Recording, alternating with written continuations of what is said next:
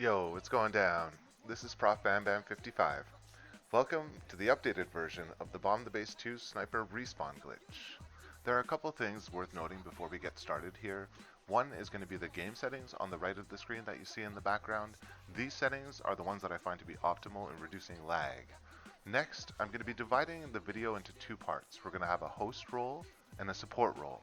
And now what I mean by host is, in this case, it's the person with rank 0 who has no money, who has the crown beside their name. They're the ones who created the lobby. It's important to note that the host must be the one to activate this glitch. It cannot be activated by the support. Another thing is that the host should try to keep their 5 lives, all of their Uzi and AK ammo, up until the part where they're shooting and earning money. One final thing worth mentioning is that all of the footage in this video has been taken from a single playthrough where I did both roles. If you're going to be boosting this on your own with 2 consoles, you can just follow along with the order I show here. Alright, now let's get started. We're going to be leading off with the support role. It doesn't really matter how they complete the first half of the mission. Their only objective, regardless of the spawn, is to take over the armored car and get it to the rendezvous point. It doesn't matter if you die, use your ammo generously, or take lots of time. As long as you get the armored car and bring it to the rendezvous point, you're good to go. A small tip at this point in the mission is, should you find yourself low on health, there's actually a health pack that I'm going to point out in a second with the SMG that you can drive over to replenish back to full health before the next part. And now we'll be looking at what the host should be doing for the first half of the mission. Their only objective is to make it to the rendezvous point. Mr. Petrovich told me you would need this. Good luck. After the cutscene, we'll be continuing as the host. What I'll be showing in the upcoming section is what I find to be the most efficient way of taking out the enemies on the deck of the boat. There's no need to rush this part, and should you miss any of the enemies or lose sight of them, just continue on and follow as best as you can. You'll have an opportunity with the support to get them later. The first 2 enemies we're going to be looking for are in this general area here.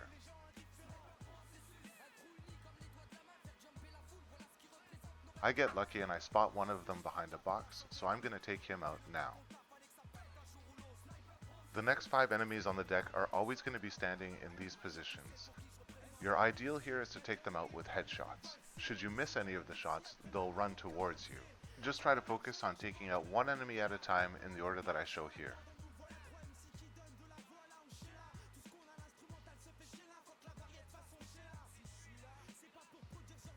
Now that you're done with the 5th enemy, you're going to want to go back and look for any of the 7 enemies you might have missed. Usually they'll be in the area here that I show in the video. Sometimes they'll run down the boat here, and if you take a really long time taking them out, it's quite possible they come up all the way here. Now's your chance to take these guys out before getting in the heli and landing on the ship. It doesn't matter if you total the heli here, you're not going to need it again. Should you still not have found all 7 enemies in the previous part, you'll have a final chance to look for them here. The most common pattern is that one of them will be hiding behind a box down here. It's important that you do not drop down at this point in the glitch. There will be one more enemy on the deck of the ship that we want to take out before moving forward. He's hiding in the distance here behind some boxes. Should you miss him, again, don't worry, he's another enemy that the support can take out later in the glitch. The next thing I'm going to point out is a sort of zone we want to stay within. Going too close to the ramp or too far forward can deactivate the glitch at this point, so we don't want to go past this point, and we don't want to go anywhere near the ramp on this left side. Dropping down here is going to spawn 5 guys from the kitchen.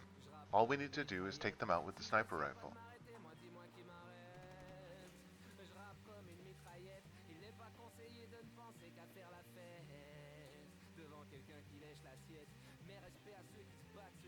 And now we're coming up to the most important part, activating the glitch.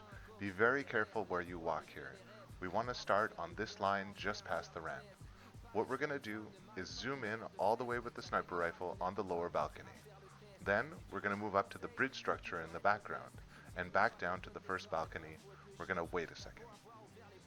If no sniper spawns, we want to take a very small step forward and repeat this process.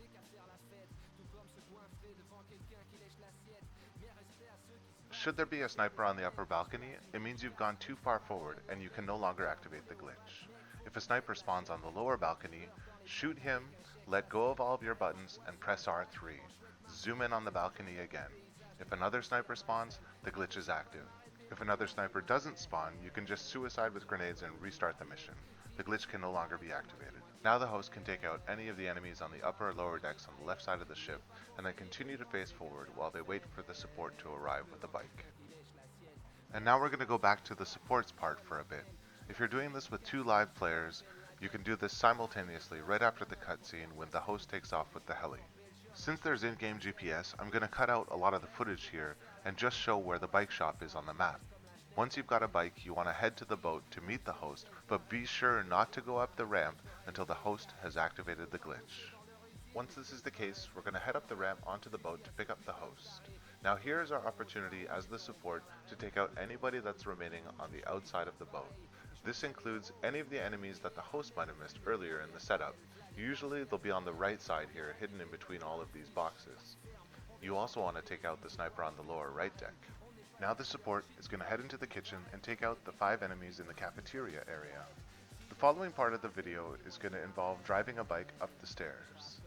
One of the biggest issues I've had with this glitch is that the bike likes to randomly disappear, so we're going to try and keep one player on the bike at all times until we're finished with this glitch.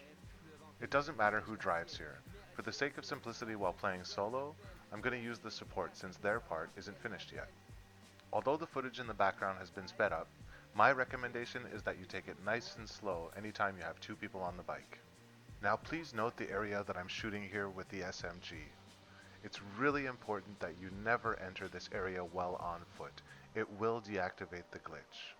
This includes this entire stairwell right up to the doorway upstairs. Bikes only. You'll know the glitch has been deactivated if there are enemies in the crew quarters up ahead. Even I still have a hard time getting the bike up the stairs, so it might take you a bit of practice before you get it down to a science. My only tip would be that if you hold accelerate and reverse at the same time, you can pivot the bike. If you try not to touch either side of the railings on the way up, you might have an easier time. The rest is kind of just up to luck. Once we get into the crew quarter hallway, the support is going to get off the bike. He's going to go out and kill the snipers on either balcony. It's important to note that if you go outside of either of these doors with either player, it will deactivate the glitch. We are now finished with the support. All we'll need to do for the rest of the mission is stay on the back of the bike. We'll be switching to the host for the rest of the tutorial. And now we're coming to the part that's different from my previous method. Look carefully where I parked the bike. It's directly to the left of the rust stain on the wall. Once you've parked the bike correctly, you're going to take cover on the center of this segment of wall. And now we're going to get set up to finally start making some good money. Start off by going into the pause menu. Under the controls option, you want to change the configuration to classic settings if you don't have them on already. Next, we want to try to get our aiming reticle so that it's right on the center of the head of the snipers when they spawn. If you tap R3 once, the sniper will stay suspended in midair for a few seconds, allowing you to adjust your aim before hitting circle one time as well. Once the aiming dot is lined up properly, you're going to hold down R3, and as soon as you do, you're going to start tapping circle as fast as you can. If you keep tapping circle, you'll eventually make it down to the reload animation. You'll have 2 options at this point. One is to let go of all buttons, and then repeat the process of holding down R3 and tapping circle as fast as you can. The other one is to put the controller in a comfortable position so that you can hold down R3 the whole time. Then all you need to focus on is tapping circle as fast as you can. It's important to note that you do not want to tap R3, you just want to hold it down. The next important aspect of this glitch is not using all of your ammo during this part. You're going to want to save some of it so that you're able to replenish it all between lives. Once you're down to just a few rounds left in the Uzi like in the video here, swap to the AK and continue making money with this shooting technique. It's important that you also save a few rounds of this weapon. A side note for this section is that sometimes the second sniper will spawn on the left here. To avoid this, all you need to do is take a step forward in cover on the wall. And now that you're down to just a few Uzi and AK-47 rounds, you're going to get back on the bike. Before doing so, you might want to switch back to standard controls if that's your preferred setup. The next part of this method is the one I find the most nerve-wracking, getting the bike back downstairs with 2 people on it. Be sure to go nice and slow here. You might want to use reverse quite a bit to improve control on the way down. And now we're going to follow certain specific steps in order to refill our ammo. You're going to park the bike in the kitchen, leaving the support on the back, and walk into the cafeteria area. You're going to empty your Uzi ammo, empty your AK ammo, and then switch to the grenades. You're going to throw a grenade at the wall and then quickly cycle through all of your weapons by hitting either left or right on the D-pad 4 times. You should end back on the grenade. Now walk into the grenade you just threw and let it kill you. You should now have full ammo. Regardless of where you respawn here, your objective is going to be to get into the kitchen as quickly as possible without taking damage from the enemy snipers. And now I'll be demonstrating an ideal sequence you can repeat for any of your remaining lives. It starts with taking the bike up the stairs. Take your time in lining up the bike correctly. Then, go and kill the sniper on the left balcony. Take cover on the wall and switch to classic controls. Adjust your aiming dot so it's right on the center of the sniper's heads when they spawn. And now comes the shooting part. You're going to hold down R3 and tap circle as fast as you can. Remember that you don't want to use up all of your ammo here. You want to have at least one micro Uzi and one AK round before going downstairs to suicide. Once this is the case, switch back to standard controls if need be and head back downstairs on the bike. Empty all of your remaining micro Uzi and AK-47 ammo into the cafeteria wall. Throw a grenade, cycle through all of your weapons, landing back on the grenade, and let it kill you. Getting back on the bike will restart the sequence I've laid out here. Before finishing up this run, there are a few things I'd like to address. The first one has to do with spawning off the boat. I wanted to clarify that it's okay to walk up the ramp of the boat as soon as the glitch has been activated by the host. Additionally, you might find it beneficial to take out the snipers like I do here before swapping to the Uzi and running into the kitchen to get back on the bike. The next two issues relate to lag and their potential effect on the bike during the shooting part. If you pay attention to the video in the background, you'll see the bike randomly fall over, knocking the support off the back. If this happens, you'll want to pick it up, set it back in place, kill the sniper on the left balcony, and get back into position to make money. If you look closely at this second clip, you'll see that the lag is actually slowly pushing the bike farther and farther away from us as we shoot.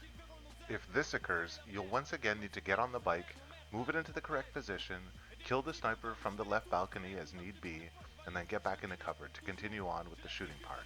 We've finally made it to the last segment of the tutorial. Let's look on how to finish up a successful run. Now that we're on our last life, we're going to use up all of our remaining ammo. It's up to you whether or not you want to empty your sniper rifle as well at this point.